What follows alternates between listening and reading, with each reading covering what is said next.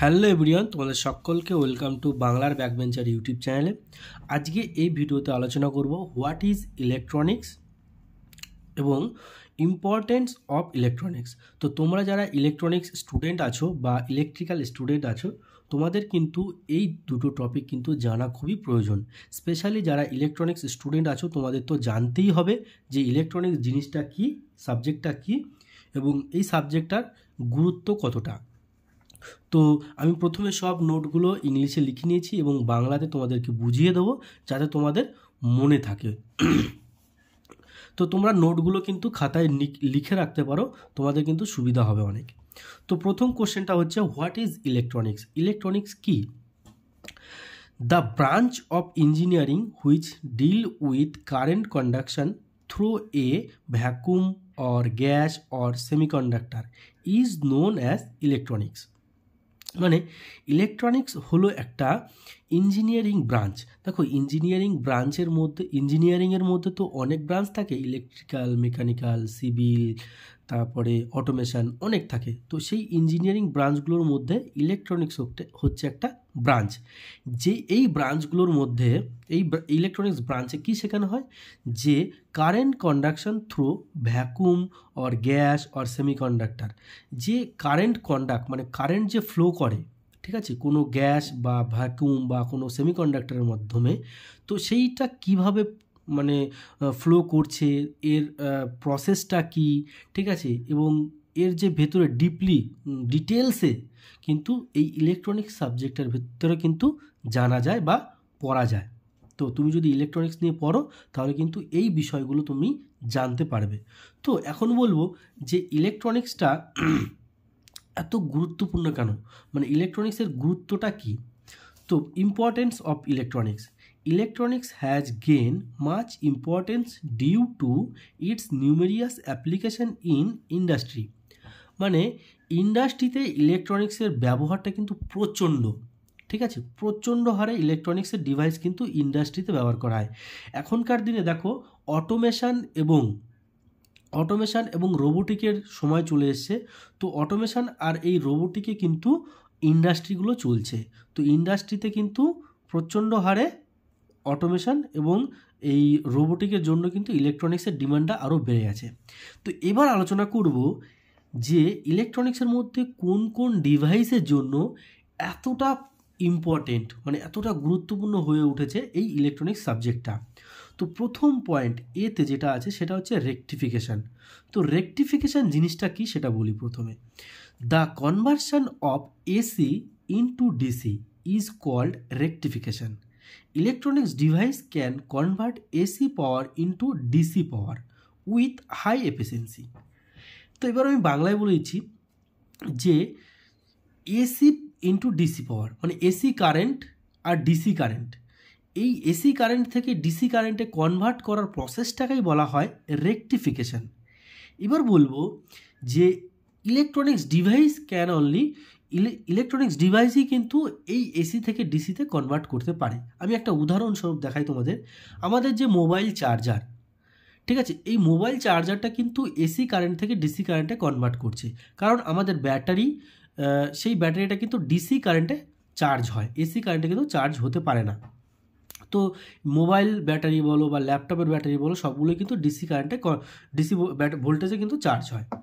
তো এই যে চার্জারটা, এই চার্জারের মধ্যে কিন্তু একটা সার্কিট আছে, সেইখানে কিন্তু রেকটিফায়ার সার্কিট আছে। সেই রেকটিফায়ার সার্কিটটা কিন্তু এসি থেকে ডিসিতে কনভার্ট করছে। সেই এসি থেকে ডিসিতে কনভার্ট করার প্রসেসটাকেই বলা হয় রেকটিফিকেশান প্রসেস, ঠিক আছে। এটা কিন্তু ইলেকট্রনিক্স ডিভাইসই শুধু করতে পারে। তারপরে কি আছে, অ্যাম্প্লিফিকেশান জিনিসটা কি? The process of raising the strength of a weak signal is known as amplification. মানে কোনো একটা উইক সিগন্যালকে তার স্ট্রেংথ বাড়িয়ে দেওয়ার প্রসেসটাকেই বলা হয় অ্যাম্প্লিফিকেশান। একটা উদাহরণ দিলে পুরো ক্লিয়ার বোঝা যাবে। আমরা যখন কোনো অনুষ্ঠানে মাইক্রোফোনে কথা বলি, হ্যালো হ্যালো টেস্ট টেস্ট যখন কথা বলি, তখন আমরা নর্মালি কথা বলি, বাট সেই শব্দটা যখন বক্সের মাধ্যমে বেরোয়, বক্স দিয়ে বেরোয় তখন কিন্তু অনেক জোরে বেরোয় শব্দটা। তো এই যে নর্মাল কথা থেকে একটা বড় একটা শব্দতে কনভার্ট করছে, সেটা কে করছে?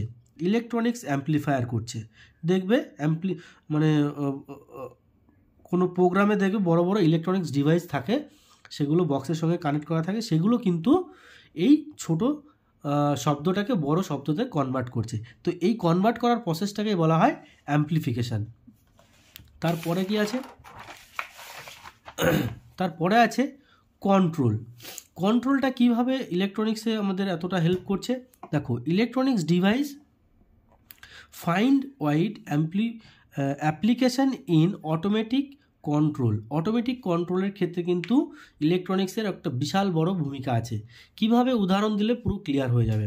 ধরো একটা লিফটে করে তুমি যাচ্ছ, 10 তলা বিল্ডিং, তুমি যাবে 5 তলা বিল্ডিংয়ে, ঠিক আছে?